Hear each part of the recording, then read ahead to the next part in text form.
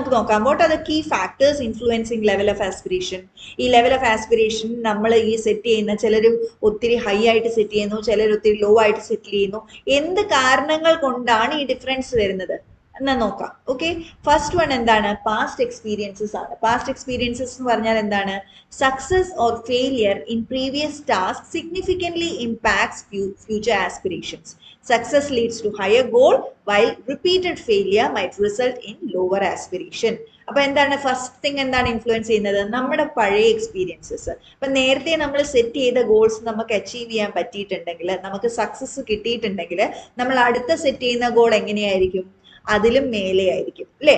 ഇപ്പം 80 മാർക്സ് ഈ ഒരു എക്സാമിന് ഞാൻ വിചാരിക്കുക എനിക്ക് 80 മാർക്സ് വേണം, എനിക്ക് കിട്ടി 85 മാർക്സ്. അങ്ങനെയാണെങ്കിൽ ഞാൻ അടുത്ത എക്സാമിന് എന്താ എയിം ചെയ്യാൻ പോകുന്നത്? ഞാൻ 90 മാർക്സ് എയിം ചെയ്യാൻ പോകുന്നത്. അതായത് എന്റെ ലെവൽ ഓഫ് ആക്സിലേഷൻ ഞാൻ എന്ത് ചെയ്തു? പൊക്കി അല്ലെ, കൂടുതലാക്കി. എന്നാൽ ഞാൻ 80 എയിം ചെയ്തിട്ട് എനിക്ക് 60 മാർക്സേ കിട്ടിയുള്ളെങ്കിൽ നാച്ചുറലി എന്റെ ഒരു എക്സ്പെക്ടേഷൻ എന്തായിരിക്കും? അടുത്ത എക്സാമിന് എന്റെ എക്സ്പെക്ടേഷൻ എന്തായിരിക്കും? അറൌണ്ട് 60 കിട്ടുമായിരിക്കും എന്നേ വിചാരിക്കത്തുള്ളൂ. സോ നമ്മുടെ പ്രീവിയസ് എക്സ്പീരിയൻസസ് അല്ലെങ്കിൽ നമ്മുടെ പാസ്റ്റ് എക്സ്പീരിയൻസസ് എന്ത് ചെയ്യുന്നുണ്ട്? ലെവൽ ഓഫ് ആസ്പിറേഷനിൽ വലിയൊരു റോള് വഹിക്കുന്നുണ്ട്. ഇനി സെക്കൻഡ് വൺ എന്താണ്? Self esteem and self efficacy. എന്താണ് self esteem and self efficacy എന്ന് പറയുന്നത്? Individuals with high self-esteem and strong belief in their capabilities tend to set more ambitious goals, whereas those with lower self-efficacy are more likely to set modest aspirations. എന്താണ്? നല്ല self esteem ഉള്ള ആൾക്കാർ, അതായത് very high self, തന്നെ കുറിച്ച് വലിയ പ്രതീക്ഷകളുള്ള കുട്ടികൾ എന്ത് ചെയ്യും? അവരുടെ ലെവൽ ഓഫ് ആസ്പിറേഷൻസ് സെറ്റ് ചെയ്യുന്നത് എങ്ങനെയായിരിക്കും? വളരെ ഹൈ ആയിട്ടായിരിക്കും അല്ലെ?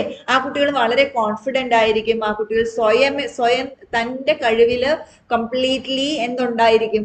ട്രസ്റ്റ് ഉണ്ടായിരിക്കും ആ കുട്ടികൾക്ക്. ഓക്കെ, അവരുടെ കേപ്പബിലിറ്റീസ് അവർക്ക് അറിയാമായിരിക്കും. അങ്ങനെയുള്ളവർ എന്താണ്? വലിയ വലിയ അംബീഷ്യസ് ആയിട്ടുള്ള ഗോൾസ് ആണ് സെറ്റ് ചെയ്യുക. എന്നാൽ ലോവർ സെൽഫ് എസ്റ്റീം ഉള്ള കുട്ടികളോ മോഡസ്റ്റ് ആയിട്ടാണ് അവരുടെ ആസ്പിറേഷൻസ് സെറ്റ് ചെയ്യുക. അതായത് ജയിച്ചാലും ഓക്കെ എന്നുള്ള രീതിയിലായിരിക്കും അവരുടെ ആസ്പിറേഷൻസ് സെറ്റ് ചെയ്യുന്നുണ്ടാവുക. അതാണ് സെക്കൻഡ് പോയിന്റ്. ഇനി തേർഡ് പോയിന്റ് എന്താണ്? Social comparisons. Students often compare their achievements with peers, which can raise or lower their level of aspiration depending on their perception of others' success. Okay, social comparisons അല്ലെങ്കിൽ peer group നമ്മൾ എപ്പോഴും പറയാറുള്ളതാണ്. നമ്മൾ എന്താ കുട്ടിയോട് പറയാ? നമ്മുടെ കുഞ്ഞുങ്ങളോട് തന്നെ നമ്മൾ എന്താ പറയാ? നമ്മൾ എന്താ ആഗ്രഹിക്കുക? പഠിക്കുന്ന കുട്ടികളുടെ ഒരു ഗ്രൂപ്പിൽ ആവാനാ ആഗ്രഹിക്കുക, അല്ലെങ്കിൽ പഠിക്കുന്ന കുട്ടികളുള്ള ക്ലാസ്സിലാക്കാനാണ് നമ്മൾ ആഗ്രഹിക്കുക. എന്തുകൊണ്ടാണ്? പഠിക്കുന്ന കുട്ടികളുള്ള ക്ലാസ്സിലാവുമ്പോൾ എന്തായി? അവര് സെറ്റ് ചെയ്യുന്ന ഒരു സ്റ്റാൻഡേർഡ്സ് ഇല്ലേ, ആ സ്റ്റാൻഡേർഡ്സ് എന്തായിരിക്കും? ഹൈ ആയിരിക്കും അല്ലെ? എന്നാൽ നമ്മുടെ ഗ്രൂപ്പിൽ നമ്മൾ തന്നെയാണ് ഓൾറെഡി ഏറ്റവും കൂടുതൽ നന്നായിട്ട് ചെയ്യുന്നതെന്ന് വെച്ചോ, പിന്നെ നമ്മൾ അതിന്റെ മേളിലേക്ക് ആസ്പയർ ചെയ്യുവോ? അതിനുള്ള ചാൻസസ് കുറവാണ്. ഓക്കെ, അപ്പൊ നമ്മുടെ ചുറ്റുപാടുകൾ, നമ്മുടെ പിയർ ഗ്രൂപ്പ് എന്ത് ചെയ്യുന്നുണ്ട്? ഈ ലെവൽ ഓഫ് ആസ്പിറേഷനെ ഒത്തിരി ഇൻഫ്ലുവൻസ് ചെയ്യുന്നുണ്ട്. അടുത്ത എന്താ? Feedback and reinforcement. Positive feedback increases aspiration levels, while negative feedback or lack of encouragement may diminish them. നമ്മളിപ്പം നന്നായിട്ട് അച്ചീവ് ചെയ്തു ഒരു കുട്ടി, ഇത് നമ്മുടെ ഫസ്റ്റ് പോയിന്റ് പോലെ തന്നെയാ പറയുന്നത്. നമുക്ക് അച്ചീവ്മെന്റ് കിട്ടി, ഓക്കെ, നമ്മൾ സക്സീഡ് ചെയ്തു, അതിൽ നമുക്ക് പോസിറ്റീവ് ഫീഡ്ബാക്കും കിട്ടി. അങ്ങനെ ആവുമ്പോൾ എന്തായി? നമ്മുടെ ആസ്പിറേഷൻ ലെവൽ പിന്നെയും ഇൻക്രീസ് ചെയ്തു. എന്നാൽ നമുക്ക് എൻകറേജ്മെന്റ് കിട്ടിയില്ല, ഇനഫ് എൻകറേജ്മെന്റ് കിട്ടിയില്ലെങ്കിൽ നമ്മൾ എന്ത് ചെയ്യും? നമ്മുടെ ആസ്പിറേഷൻ ലെവലും എന്ത് ചെയ്യും?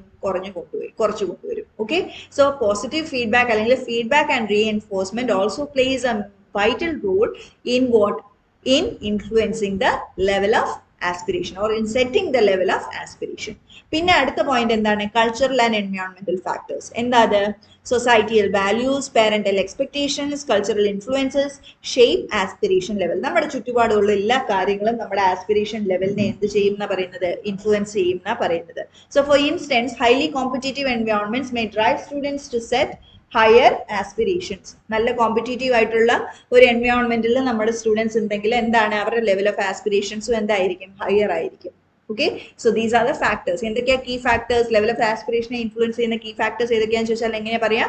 ഒന്ന് പാസ്റ്റ് എക്സ്പീരിയൻസ് ആയി, രണ്ട് സെൽഫ് എസ്റ്റീം ആയി, മൂന്ന് സോഷ്യൽ കമ്പാരിസൺസ് അല്ലെ, പിയർ ഗ്രൂപ്പ്സ് എല്ലാം, നാലാമത്തെ എന്താണ്? ഫീഡ്ബാക്ക് ആൻഡ് റീഎൻഫോഴ്സ്മെന്റ്, അഞ്ചാമത്തത് കൾച്ചറൽ ആൻഡ് എൻവയോൺമെന്റൽ ഫാക്ടേഴ്സ്. ഓക്കെ,